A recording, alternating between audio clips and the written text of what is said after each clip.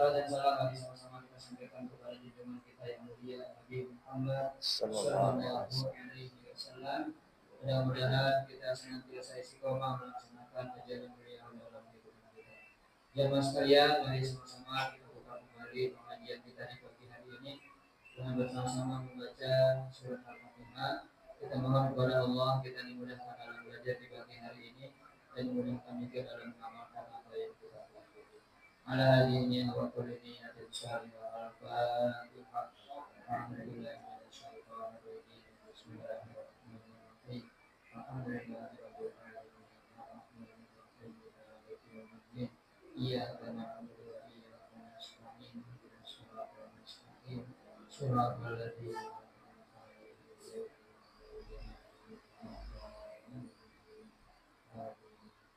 Jamaah sekalian, mari sama-sama kita ikuti pengajian bersama oleh guru kita, Al-Amin Barat Fadl Maskur.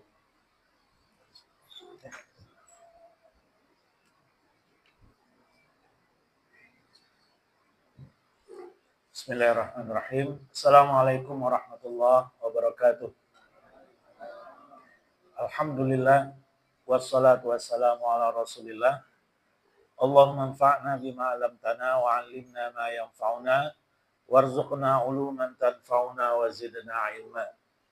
Jamaah sekalian rahimakumullah, alhamdulillah pagi ini kita kembali dapat menghadiri majelis ini dalam kondisi sehat walafiat untuk bertawasau bil haq, tawasau bil sabar dan tawasau bil marhamah melalui kajian tafsir surat Al-Maidah. Semoga majelis ini mendatangkan manfaat yang banyak dan keberkahan yang besar buat kita semua. Amin ya rabbal alamin. Hari ini kita masuk ke ayat kepenggalan yang baru dari tafsir Ibnu Katsir rahimahullah 46 sampai 50 insyaallah. A'udzu billahi minasyaitonir rajim. Wa qaffayna 'ala atharihim bi'Isa bin Maryam musaddiqan lima baina yadayhi minat Taurati wa atainahu al-injila fihi hudaw wa nuru wa musaddiqan lima baina yadayhi minat Taurah wa hudaw wa mau'izatan lil muttaqin. Dan kami teruskan jejak mereka dengan mengutus Isa putra Maryam, membenarkan kitab yang sebelumnya yaitu Taurat, dan kami menurunkan Injil kepadanya.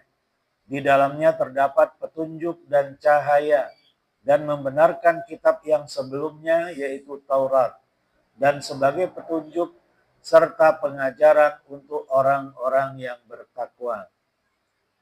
Wal yahkum ahlul injili bima anzalallahu fihi wa man lam yahkum bima anzalallahu fa ulaika humul fasiqun. Dan hendaklah pengikut Injil memutuskan perkara menurut apa yang diturunkan Allah di dalamnya.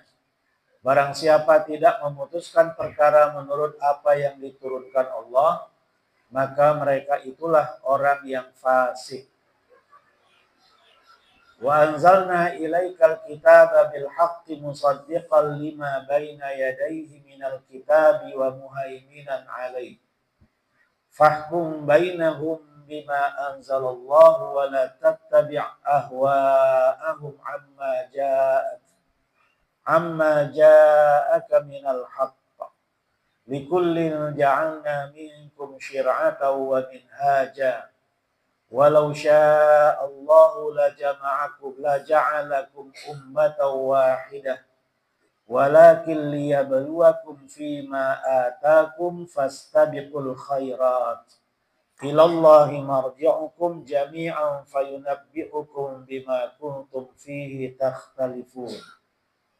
Dan kami telah menurunkan kitab Al-Quran kepadamu, wahai Muhammad, dengan membawa kebenaran yang membenarkan kitab-kitab yang diturunkan sebelumnya dan menjaganya.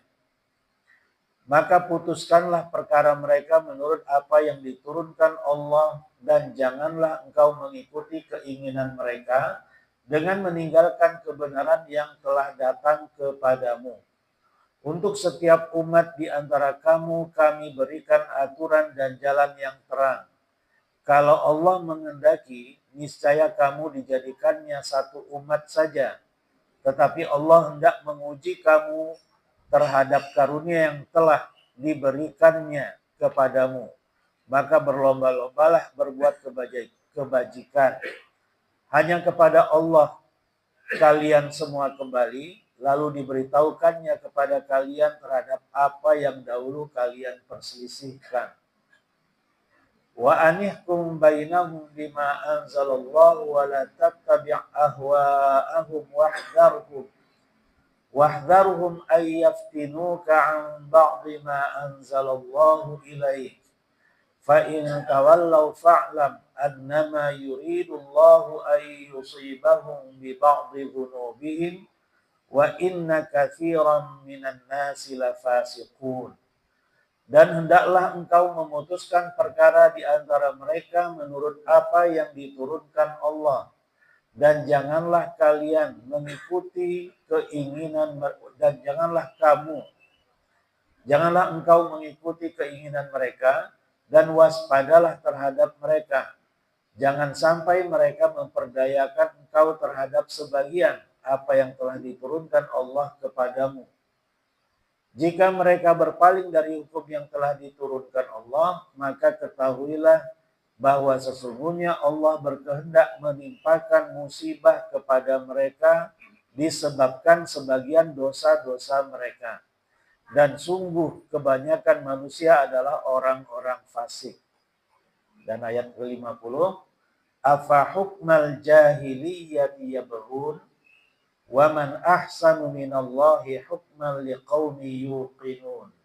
Apakah hukum jahiliyah yang mereka kehendaki? Hukum siapakah yang lebih baik daripada hukum Allah bagi orang-orang yang meyakini agamanya?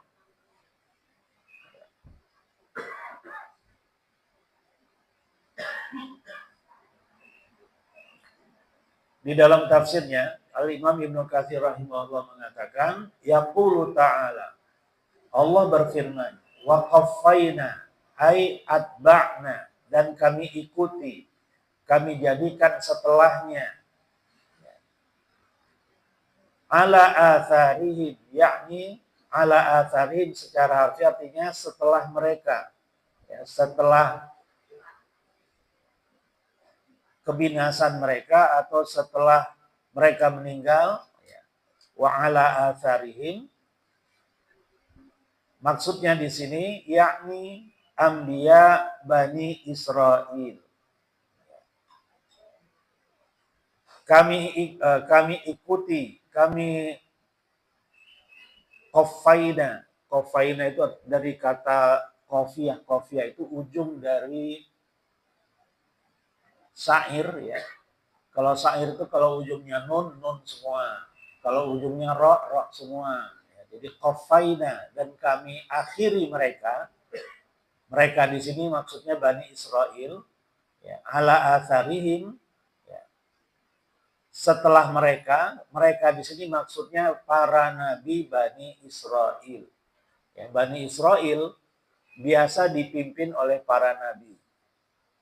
Ya, di kalangan Bani Israil ada di satu riwayat 50% nabi yang pernah ada diutus ke kalangan Bani Israil. Berapa jumlahnya? Para ulama berbeda pendapat. Ya. Total nabi ada yang mengatakan 124.000 orang dan ada yang mengatakan 4.000 orang. Atau 8.000, berarti 4.000-nya Bani Israil. Wallahu a'lam. Ya. Jadi kami tutup nabi-nabi Bani Israil itu bi Isa bin Maryam, dengan Isa bin Maryam. Ya, jadi Nabi Isa alaihissalam adalah penutup nabi-nabi Bani Israil. Ya. Bani Israil tentunya awal nabi dari kalangan Bani Israil yang pertama siapa? Siapa nabi pertama dari kalangan Bani Israil? Ya, Israilnya. Nabi Yakub alaihissalam. Israil adalah Yakub, ya, Nabi Yakub alaihissalam. Yang membawa kitab suci ada 3 di kalangan Bani Israel. Dari 4 yang wajib kita imani. Bayangkan. Ya. 3 dari 4 kitab suci Allah turunkan ke Bani Israel. Yang paling utama kitab Taurat yang Allah turunkan ke Nabi Musa alaihissalam. Kemudian setelah itu, setelah mungkin 1000-an tahun, setelah itu Allah turunkan kitab Zabur kepada Nabi Daud alaihissalam. Setelah itu baru yang terakhir adalah Nabi Isa alaihissalam dengan ajaran Injilnya. Setelah itu selesai. Tidak ada lagi nabi setelah Nabi Isa alaihissalam. 600 tahun kemudian barulah Allah utus nabi terakhir dari seluruh nabi yang ada, baik nabi dari Bani Israel dan selain Bani Israel, yaitu Nabi Muhammad SAW. Ya, jadi jarak antara Rasulullah SAW dengan Nabi Isa alaihissalam lebih kurang 6 abad. Di mana tidak ada seorang nabi pun yang Allah utus di antara keduanya. Selama 6 abad itu tidak ada seorang nabi pun. Jadi bahasa kita apa ya? Sterilisasi gitu. Jadi disterilkan semuanya. Ya, 6 abad itu supaya tidak ada yang mengatakan bahwa ajaran Nabi Muhammad SAW adalah sisa-sisa dari ajaran yang sebelumnya. Jaraknya 6 abad jauh sekali. Tidak ada yang mengklaim seperti itu. Karena jaraknya sangat jauh. Kita ulangi. Wa qafaina ala atharin bi Isa bin Maryam. Ya, dan kami tutup nabi-nabi dari kalangan Bani Israel itu dengan Isa bin Maryam. Musaddiqan lima baina yadayhi minat Taurah. Ay mu'minan biha hakiman bima fiha. Jadi ketika Nabi Isa alaihissalam diutus, Taurat masih ada. Sisa-sisanya minimal. Dan Nabi Isa alaihissalam membenarkan isi dari Taurat, tidak menolak. Karena sama-sama kitab Allah, apalagi diturunkan ke komunitas yang sama, yaitu Bani Israel. Ya. Jadi sampai Nabi Isa, sampai zaman Nabi Isa alaihissalam, Allah Subhanahu wa taala masih mengistimewakan Bani Israel. Sebagaimana firman Allah di surat Al-Baqarah, ya Bani Israil adhkuru ni'mati allati an'amtu 'alaikum wa anni faddaltukum 'alal 'alamin. Itu di 2 ayat di surat Al-Baqarah. Ya, Al-Baqarah ayat 47 dan Al-Baqarah 122. Bunyinya sama. Wahai Bani Israel, ingatlah oleh kalian akan nikmat-nikmatku yang telah aku anugerahkan kepada kalian, dan bahwasanya aku telah istimewakan kalian, faddaltukum, dan bahwasanya aku telah memberi nikmat yang paling afdal kepada kalian, kepada manusia-manusia lainnya. Menurut Imam Ibnu Katsir dan para ulama tafsir lainnya, wa anni faddaltukum 'alal 'alamin, maksudnya fi zamanihim, di zaman mereka, zaman Bani Israel. Zaman Bani Israel sampai kapan? Sampai nabi terakhir mereka, yaitu Nabi Isa alaihissalam. Istimewaan itu masih Allah berikan. Kemudian bagaimana nasib mereka? Karena mereka tidak menegakkan amar ma'ruf nahi mungkar, fadilat itu Allah angkat dan beralih ke umat yang menegakkan amar ma'ruf nahi mungkar. Siapa mereka? Umat Nabi Muhammad sallallahu alaihi wasallam. Sebagaimana ayat di surat Al-Imran, kuntum khaira ummatin ukhrijat linnas, terus ta'muruna bil ma'ruf wa tanhauna 'anil munkar wa tu'minuna billah. Ya. Kalian adalah sebaik-baik umat, kata Allah. Berarti yang berkaitan dengan Bani Israel sudah tidak berlaku lagi. Ya. Fadilat Bani Israel hilang. Beralih kepada khairu ummah, yaitu umat Nabi Muhammad SAW, ketika mereka ta'muruna bil ma'ruf wa tanhauna 'anil munkar wa tu'minuna billah. Ketika amar ma'ruf nahi mungkar itu dijunjung tinggi di atas keimanan kepada Allah Subhanahu wa taala. Logika terbaliknya, kalau amar ma'ruf nahi mungkar tidak kita tegakkan, kita tidak lagi menjadi khairul ummah. Ya, jadi persyaratan dari Allah Subhanahu wa taala untuk kita menjadi khairul ummah, amar ma'ruf nahi mungkar harus kita tegakkan. Ya, kalau itu tidak kita tegakkan, seperti yang kita rasakan sekarang ini, ya, mayoritas rasa minoritas. Kenapa? Karena amar ma'ruf tidak kita tegakkan, berlandaskan keimanan kepada Allah. Apa-apa yang kita pelajari beberapa pekan terakhir sampai pertemuan ini adalah berkenaan dengan hukum Allah kan yang harus ditegakkan. Wa man lam yahkum bima anzalallah fa ulaika humul kafirun. Faulaika humul zalimun, faulaika humul fasiqun, nanti di ayat 47. Ya, jadi hukum Allah itu harus ditegakkan. Kalau tidak, kalau kurang efektif, kita harus amar ma'ruf nahi mungkar.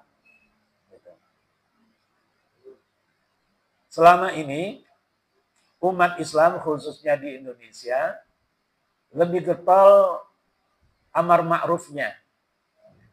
Nahi mungkarnya lah yang kurang. Amar ma'ruf sudah dilakukan ya, oleh ormas-ormas Islam sejak awal sebelum kemerdekaan, gitu kan. Ya, dengan berdirinya Muhammadiyah 1912, berdirinya Nahdlatul Ulama 1926, dan ormas-ormas Islam lainnya sudah melakukan misi itu, amar ma'ruf nahi mungkar. Ya, tapi nahi mungkarnya kurang greget. Kalau dulu nahi mungkarnya di awal-awal luar biasa, ya. Dulu saya SD-nya Muhammadiyah, ya. Jadi mendapatkan materi kemuhammadiyahan. Sering disinggung tentang amar ma'ruf nahi mungkar. Ya. Jadi amar ma'ruf nahi mungkar itulah yang dilakukan oleh Kiai Haji Ahmad Dahlan ketika mendirikan Muhammadiyah. Ya, TBC istilahnya ya. Tahayul bid'ah curofat. TBC. Khurafat kan, kalau khurafat itu CH ya. Kalau transliterasi orang-orang Jawa ya.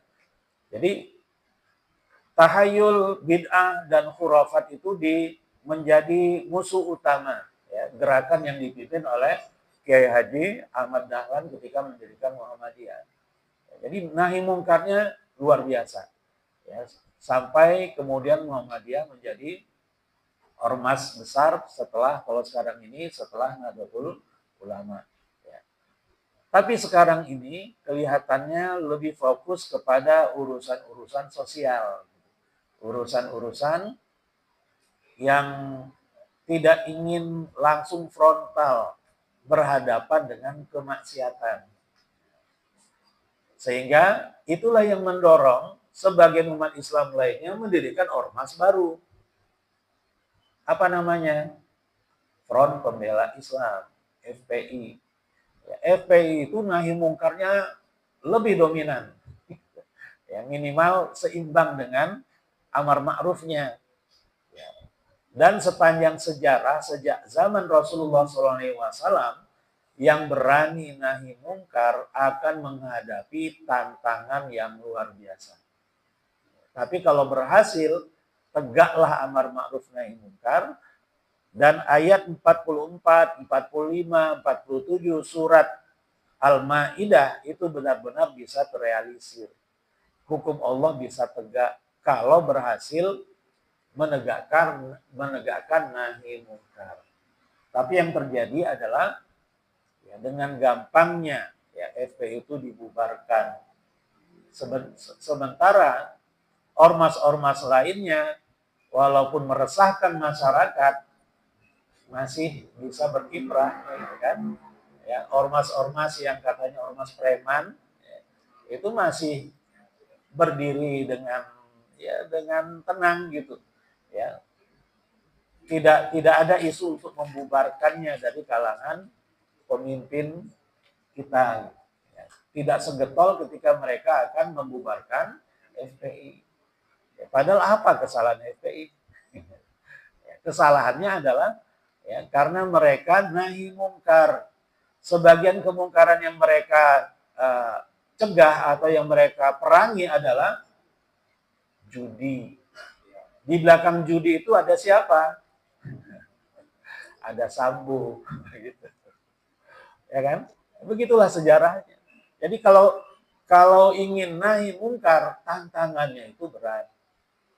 Tapi memang itu harus dilalui. Rasulullah SAW sudah melaluinya. 13 tahun Rasulullah bersitegang dengan masyarakat Quraisy kan. Sementara tidak ada izin untuk berperang. Sampai Rasulullah terusir ke Madinah. Di Madinah mempunyai kekuatan. 8 tahun kemudian barulah Mekah bisa dikuasai. Perlu 8 tahun untuk menguasai Mekah. Jadi memang prosesnya panjang, ya, tidak instan. Ya, proses yang paling utama yang harus dilalui untuk efektifnya amar ma'ruf khususnya nahi mungkar adalah apa kira-kira? Membina generasi. Ya, 10 tahun Rasulullah membina generasi sahabat plus 8 tahun ya, di Madinah, tahun ke-8-nya berhasil menaklukkan kota Mekah. Ya, sebelumnya ada proses-proses yang lainnya, perang Badar, perang Uhud, perang Ahzab, ya, dan seterusnya sampai perang Tabuk. Ya, jadi proses itu harus dilalui, terutama mendidik, mentarbiyah ya, generasi-generasi Islam. Rasulullah SAW mendidik para sahabat 10 tahun di Mekah, 13 tahun di Mekah. Dengan materi akidah. Syariat belum diturunkan di kota Mekah.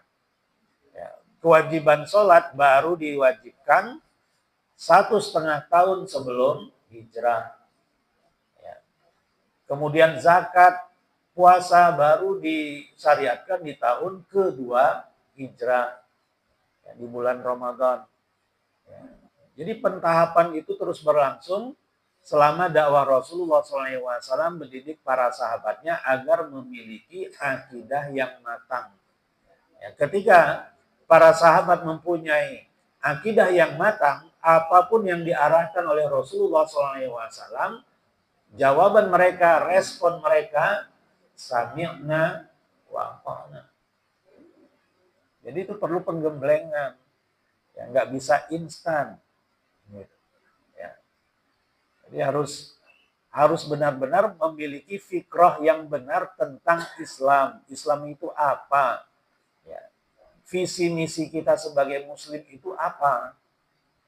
Kalau itu sudah benar, ujungnya sami'na wa ata'na. Ya. Apapun kata Allah dan Rasulnya, sami'na wa ata'na. Ya. Jadi nggak diperdebatkan, ya, langsung dilaksanakan apa yang diarahkan oleh Rasulullah SAW. Ya, tapi kalau di zaman kita, sami'na wa tasyawarna. Ya, kami dengar dan kami musyawarahkan dulu. Kami rapatkan dulu. Tergantung keputusan rapat. Ya. Apa yang menyebabkan kelemahan kita dalam beramar ma'ruf nahi munkar? Kelemahan yang paling utama adalah kosongnya kepemimpinan umat Islam. Umat Islam tidak punya pemimpin yang diakui. Paling yang ada adalah pemimpin yang diakui oleh kelompok-kelompok umat Islam, diakui oleh satu kelompok, tidak diakui oleh kelompok-kelompok lain.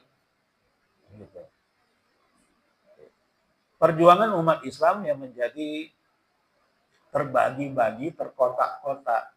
Indonesia dengan Indonesianya, Saudi Arabia dengan Saudi Arabianya, Malaysia dengan Malaysianya, Mesir dengan Mesirnya, Turki dengan Turkinya. Jadi sudah di kotak-kotak. Padahal seharusnya umat Islam itu pemimpinnya satu. Mau dia berada di Indonesia, di Turki, di Saudi, di belahan bumi manapun. Kalau sudah definitif pemimpin Islam, semuanya harus mengacu ke satu pemimpin itu. Ya, sebagaimana yang berlaku di zaman Rasulullah SAW. Ya, tidak ada pemimpin yang lain kecuali Rasulullah. Sepeninggal Rasulullah, Abu Bakar yang menjadi pemimpin, yang diistilahkan dengan khalifah. Kemudian Umar, kemudian Utsman, kemudian Ali. Setelah itu siapa? Al-Hasan bin Ali. Setelah itu siapa? Muawiyah bin Abi Sufyan dan keturunan-keturunan Muawiyah dalam dinasti Bani Umayyah. Setelah Bani Umayyah siapa? Bani Abbasiyah dan seterusnya. Setelah itu kekhalifan di Mamluk, ya, Daulah Islamiyah Al-Mamlukiyah, kemudian banyaklah terpecah-pecah. Kemudian yang terakhir yang paling besar adalah Turki Utsmani, ya, yang diruntuhkan tahun 1924. Ya. Orang-orang Barat, orang-orang kafir sudah mengerti itu. Mereka sudah melakukan riset ratusan tahun bahwa kekuatan Islam susah untuk dibendung, untuk dilawan selama mereka mempunyai satu orang pemimpin yang diakui, yang istilahnya khalifah. Ya. Lembaganya namanya khilafah. Itu mereka sudah riset ratusan tahun dan sudah punya pengalaman lebih kurang 200 tahunan perang salib melawan umat Islam. 200 atau 800 tahun gitu. Perang salib melawan umat Islam jarang menang. Setelah mereka pelajari, mereka baru tahu umat Islam itu kekuatannya susah untuk dilawan karena mereka punya satu pemimpin yang diakui oleh semuanya. Di zaman Turki Utsmani, Samudra Pasai ya, setiap tahunnya menyetorkan dana zakatnya ke Turki. Mungkin begitu juga dengan kerajaan Mataram. Jadi Samudra Pasai, Mataram, dan kerajaan Islam lainnya di Nusantara tidak menganggap mereka sebagai kerajaan yang independen. Mereka adalah bagian dari pemerintah pusat yang ada di Turki. Sedikit demi sedikit sejarahnya terkuak. Waktu saya SD saya tidak mendapatkan cerita ini. Yang saya dapatkan waktu SD, waktu di pesantren, Mustafa Kemal Atatürk itulah sebagai pemimpin Turki, ya. Bapak Turki, Atatürk. Ternyata dialah yang meruntuhkan kekhilafahan di Turki.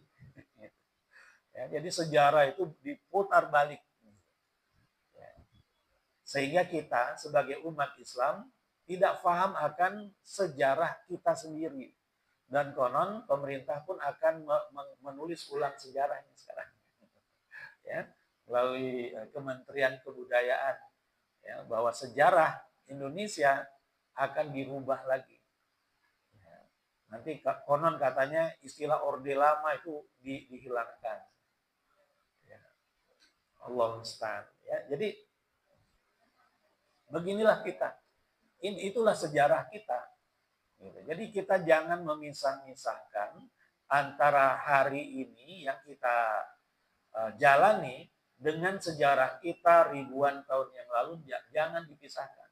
Karena kata dalam pepatahnya, at-tarihu yu'idu nafsah.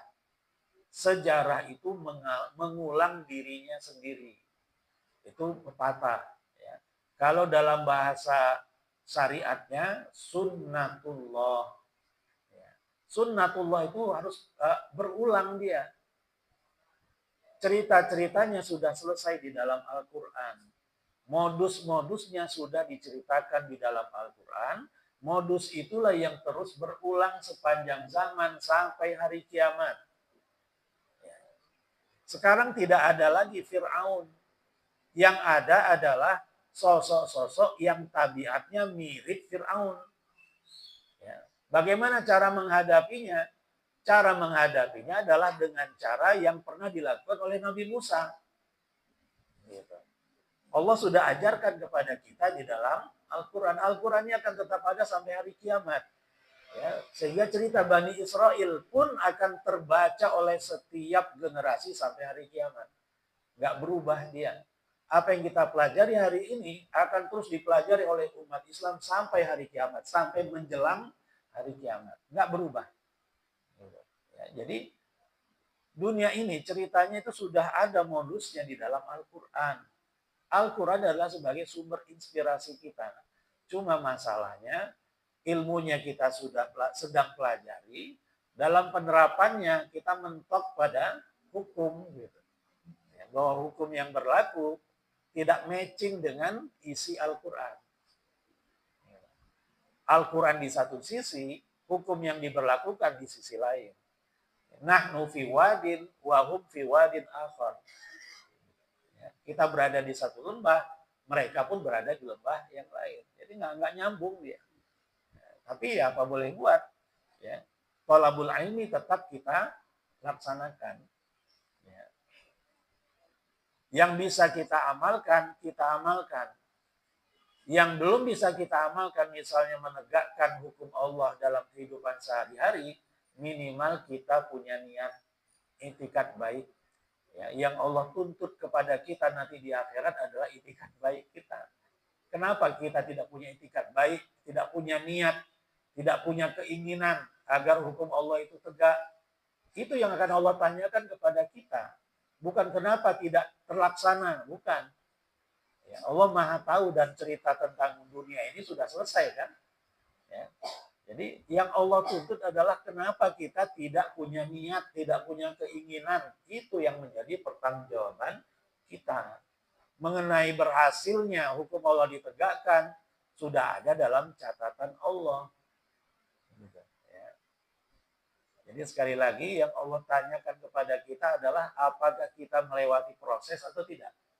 Terlibat dalam proses tegaknya hukum Allah atau tidak. Di mana proses awalnya itu diawali dengan keinginan, niat, itikat baik. Niat kan nggak susah. Nggak ada orang yang tahu kita berniat kan. Itu saja nggak dilakukan, akan menjadi beban bagi kita. Ya, jadi proses awal yang harus kita lakukan sekarang ini, dari banyak sekali hukum-hukum yang kita sudah pelajari dari surat Al-Fatihah sampai surat Al-Maidah ini, proses awalnya apa? Niat. Ya. Kita pasang itikat baik kita bahwa seharusnya yang tegak dalam kehidupan kita ini adalah hukum Allah yang menciptakan kita, yang menciptakan bumi, juga yang menciptakan hukum-hukum itu di dalam Al-Quran plus sunnah Rasulnya. Itu yang kita simpan dengan kuat di dalam hati kita. Ya, semoga kita selamat nanti di akhirat. Ya, kalau keseharian kita, ya Allah musta'an, ya, kita mohon pertolongan kepada Allah, ya semoga ini semua bisa selesai dan tergantikan dengan hukum Allah. Jadi kembali ke ayat ini, Nabi Isa bin Maryam adalah nabi terakhir Bani Israel yang membenarkan apa yang ada di dalam kitab Taurat, dan kitab Taurat pun masih ada di zaman Nabi Isa alaihissalam. Ya, jadi Injil melengkapi, menyempurnakan kitab Taurat yang diberlakukan kepada Bani Israel. Kalau bangsa-bangsa lain selain Bani Israel di zaman itu Hukum apa yang mereka terapkan? Ya, bisa jadi hukum yang diajarkan oleh nabi-nabi yang lain. Kan nggak seluruh nabi diceritakan. Ya, dari 124.000 orang nabi, hanya segelintir yang Allah Subhanahu wa taala ceritakan. Yang kita wajib imani pun cuma 25 orang. Ya, dari 124.000 orang nabi.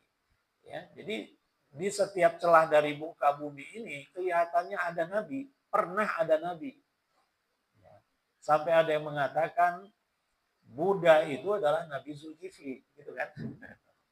Ya, di materi-materi yang viral, ya, khususnya ketika tembok Cina itu ada sebagian yang runtuh karena gempa. Ya, ternyata di bawah reruntuhan itu ada sisa-sisa peninggalan umat di masa silam. Ada yang mengatakan itu adalah sisa dari peninggalan Nabi Zulkifli alaihissalam. Wallahu a'lam. Ya. Jadi di Peru itu mungkin sebelumnya ada nabi di sana. Ya. Di Amerika Selatan, ya, di mana orang-orang Indian itu ada di sana, ternyata di antara orang-orang Indian itu ada yang memeluk ajaran yang mirip-mirip dengan Islam. Dan itu tidak menjadi unsur dari keimanan kita. Alhamdulillah. Yang kita wajib imani adalah yang 25 orang Nabi dan Rasul itu. Ya, selebihnya ya terserah Allah. Ya. Jadi bangsa-bangsa yang lain selain Bani Israel, mereka punya ajaran sendiri. Ya, wallahualam ajarannya seperti apa. Ya. Tapi yang Allah kekalkan di dalam Al-Quran adalah Bani Israel. Kenapa? Ada apa dengan Bani Israel? Ya. Disebutkan berulang-ulang di dalam Al-Quran dari juz pertama sampai juz 30 ada uraian tentang Bani Israel. Kan? Minimal tentang Nabi Musa alaihissalam. Ya. Wallahu alam, kalau begitu adanya yang kita dapatkan di dalam Al-Quran berarti keturunan-keturunan Bani Israel inilah yang menjadi tantangan kita umat Islam, khususnya Yahudi. Ya. Ketika Yahudi diceritakan di dalam Al-Quran berulang-ulang, tersirat di sana bahwa musuh umat Islam dari kalangan manusia adalah Yahudi. Dan itu dikuatkan dengan hadis la taqumus sa'atu hatta yuqatilal muslimunal yahud. Tidak akan bangkit kiamat sampai umat Islam memerangi orang-orang Yahudi. Dan di zaman itu seluruh makhluk bisa berbicara. Allah jadikan bisa berbicara. Dan akan menginformasikan kepada umat Islam, hadza yahudiyun khalfi uqtulhu. Ya Abdullah, ya Muslim, hadza yahudiyun khalfi uqtulhu. Wahai Muslim, wahai hamba Allah. Jadi seruan dari makhluk-makhluk Allah, benda-benda mati di zaman itu, di akhir zaman nanti, seruannya bukan wahai orang Jawa, wahai orang Malaysia, wahai orang Arab, enggak. Ya Abdullah, ya Muslim, ada orang Yahudi di belakangku, bunuh dia. Kecuali pohon gharqad. Ya. Hanya pohon gharqad sajalah yang tidak mau menginformasikannya kepada kita. Karena kata Rasulullah, pohon gharqad itu adalah tumbuhan orang-orang Yahudi. Orang-orang Yahudi sekarang rajin menanam pohon gharqad. Ya. Semboyan atau kampanye yang mereka lakukan adalah reboisasi. Ya, penghijauan bumi. Ya. Di satu situs yang saya pernah lihat di tahun berapa ya, tahun 2010-an gitu ya. Mereka mengkampanyekan penghijauan, menerima donasi dari masyarakat dunia. Setelah dananya terkumpul, mereka belikan pohon gharqad. Pohon tin, pohon zaitun yang tumbuh di Palestina mereka tebang semuanya. Mereka ganti dengan pohon zorqon. Ternyata hadis ini sudah bocor ke kalangan orang-orang Yahudi. Ya. Sementara sebagian umat Islam mengatakan wah hadisnya nggak kuat, hadisnya ahad, gitu. Ya, nggak bisa dijadikan sebagai dalil. Ya. Allah musta'an. Ya. Jadi apa yang kita sedang pelajari dari ayat-ayat Al-Quran sebenarnya inilah yang sedang berlaku pada bumi ini. Kita sebagai bagian dari sejarah yang sedang diceritakan oleh Al-Quran. Yang kita sedang bacakan di pagi hari ini adalah modus-modusnya.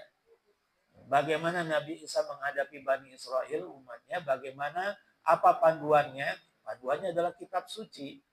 Makanya ayat-ayat di penggalan ini bercerita tentang 3 kitab suci. Taurat, menyinggung tentang Taurat, menyinggung tentang Injil, dan di ayat 48 menyinggung Al-Quran. Gitu. Jadi acuan utama oleh penduduk bumi seharusnya kitab suci. Kitab suci yang paling update adalah Al-Quran. Ya. Injil, Taurat, Zabur itu sudah off to date. Ya. Dan Allah sudah mengalihkan yang paripurna itu adalah Al-Quran. Sudah nggak usah lagi melirik Taurat, Injil, Zabur, apalagi nggak usah dilirik lagi karena semua apa yang Allah inginkan melalui kitab-kitab suci yang 3 tadi sudah terangkum di dalam Al-Quran. Nabi Isa pun alaihissalam sudah mengajarkan kepada umatnya akan datangnya seorang Rasul setelahku namanya Ahmad. Di Rasuli ya'ti min ba'di ismuhu Ahmad. Jadi nabi-nabi Allah semuanya saling mendukung. Bukan fanatik terhadap ajaran mereka sendiri. Karena mereka tahu mereka hanya Rasul. Ya. Rasul artinya apa? Utusan. Orang yang diutus harus menyampaikan amanah dari yang mengutusnya. Nggak boleh pakai ide sendiri. Nggak boleh pakai ajaran dia sendiri, berbeda dengan ajaran dari pihak yang mengutusnya. Sebagaimana duta-duta dari sebuah negara. Mereka jadi juru bicara dari negaranya. Nggak boleh beristihad sendiri, nggak boleh. Ya, mereka harus menyampaikan apa yang diinginkan oleh kepala negaranya. Apalagi Rasul yang diutus oleh Allah. Yang sifat-sifat mereka, sidik, amanah, tablik, fatonah. Gitu. Amanah mereka terhadap apa-apa yang Allah inginkan untuk disampaikan kepada umat manusia. Semuanya disampaikan. Jadi nabi-nabi yang ada nggak pernah udah jangan ikut dia, ikut saya saja. Nggak ada. Nabi Isa berpesan, aku membenarkan nabi yang akan datang setelahku namanya Ahmad. Maksudnya kalau nabi yang dimaksud itu diutus, kalian harus mengikuti nabi itu. Saling mendukung semuanya. Yang ngeyel itu umatnya. Atau yang mengaku sebagai umatnya. Ngaku-ngaku sebagai umatnya. Padahal ya nggak masuk kualifikasi juga. Nggak setia juga dengan Taurat. Tidak setia juga dengan Injil. Hanya mengaku-ngaku kami punya Taurat, kami punya Injil. Padahal mereka juga nggak konsisten dengan kitab suci mereka. Hanya fanatisme saja.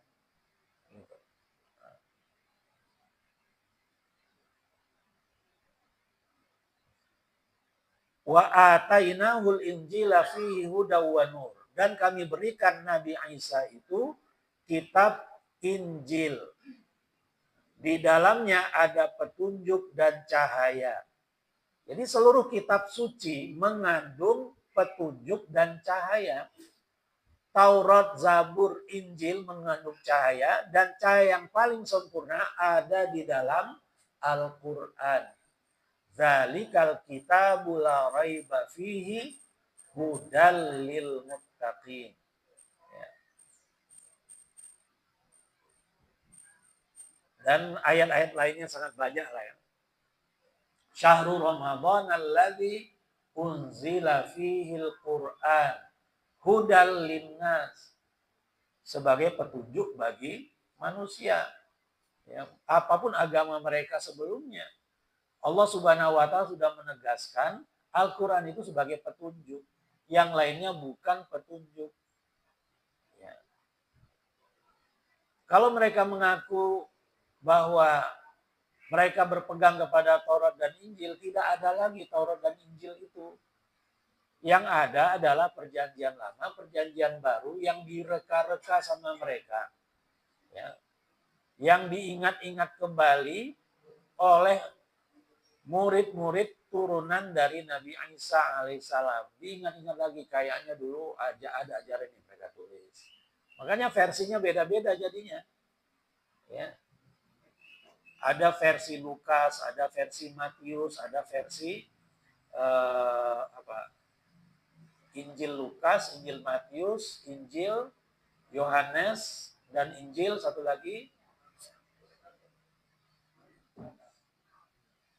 Markus. Ya. Jadi Markus, Matius, Lukas, Yohanes. Ya. Jadi banyak itu di antara yang mereka akui, yang mereka tidak akui masih banyak lagi. Di antaranya Injil Barnabas. Gitu. Tentang perahu Nabi Nuh di Injil Lukas, mendaratnya atau terdamparnya di bukit A, di Injil Matius di bukit B, beda lagi. Ini kitab suci kok nggak kompak. Ya. Itulah kenyataannya bahwa Injil yang mereka yakini sebagai Injil itu bukan kitab suci. Itu adalah tulisan para mantan pengikut dari pengikut Nabi Isa. Jadi sudah berabad-abad Nabi Isa diangkat ke langit, baru mereka tulis kembali. Yang kemudian menjadi perjanjian lama, perjanjian baru yang terhimpun dalam Bible. Perjanjian lama itu maksudnya Taurat, perjanjian baru itu Injil. Jadi nggak ada Taurat dan Injil itu udah nggak ada. Allah musnahkan sudah. Karena sudah ada kitab suci yang paling update, yaitu Al-Quran, yang yang dijamin oleh Allah. Kalau yang lain-lainnya nggak dijamin kelestariannya. Inna nahnu nazzalna dzikra wa inna lahu lahafizun. Ya, jadi Allah menjamin Quran itu dijaga oleh Allah, tidak akan berubah selamanya. Padahal sudah banyak yang memalsukan Al-Quran, memasukkan hal-hal yang bukan dari ayat Al-Quran ke dalam Al-Quran. Padahal mereka merubah cuma satu ayat atau satu potong ayat, tapi ketahuan juga.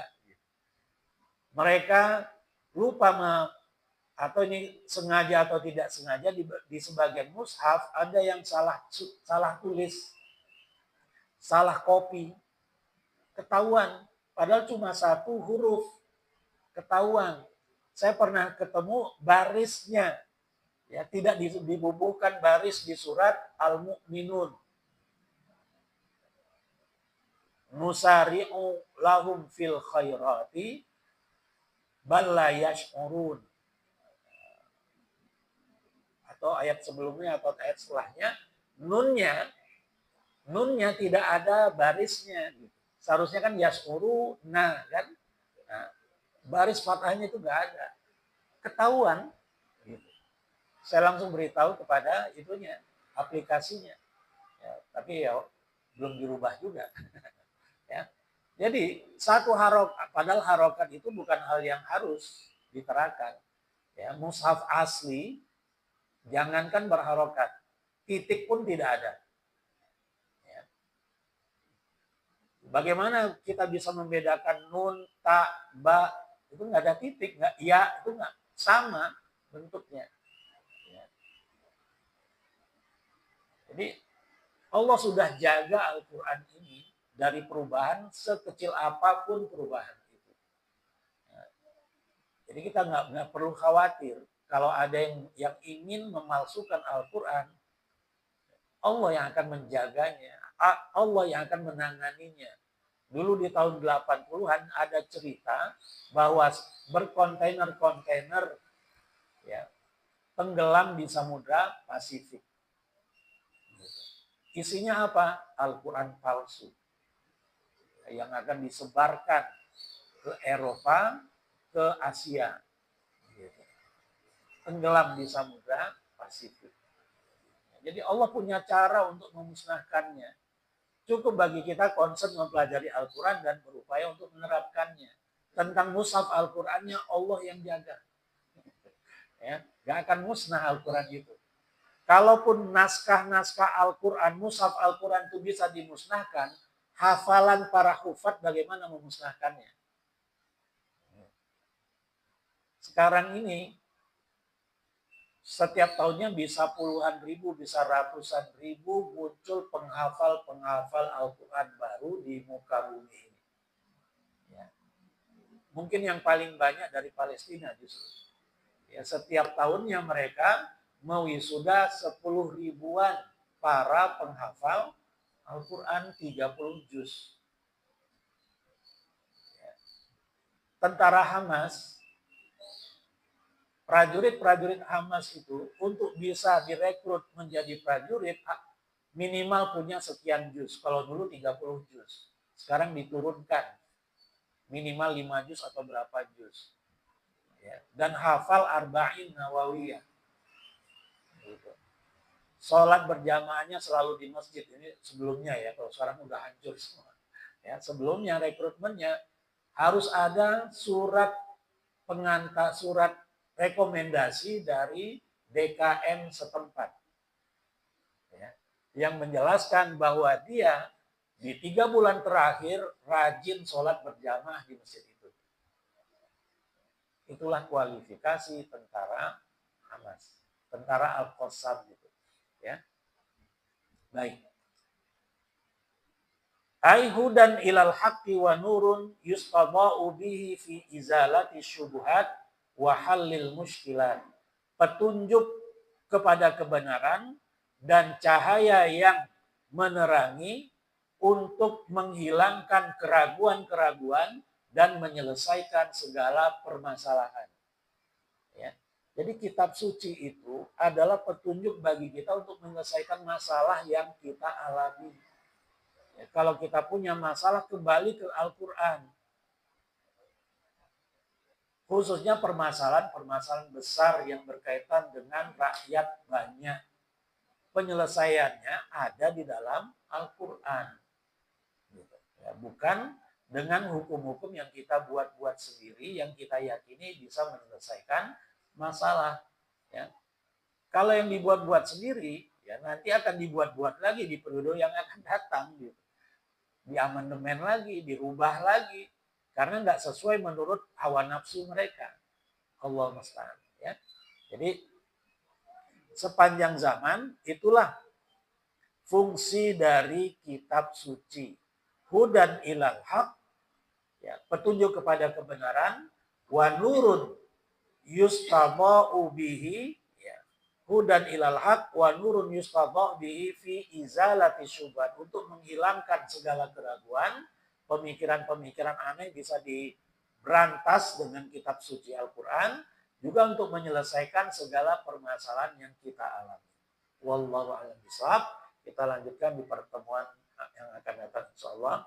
Wabillahi hidayah wa taufiq wal afu minkum. Wassalamualaikum warahmatullahi wabarakatuh.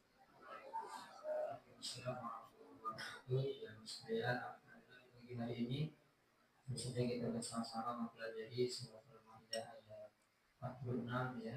Insyaallah kita akan lanjutkan di pekan yang akan datang. Mudah-mudahan memberikan dan kesehatan. Akhirnya mari sama-sama kita akan doa kembali kami sampaikan oleh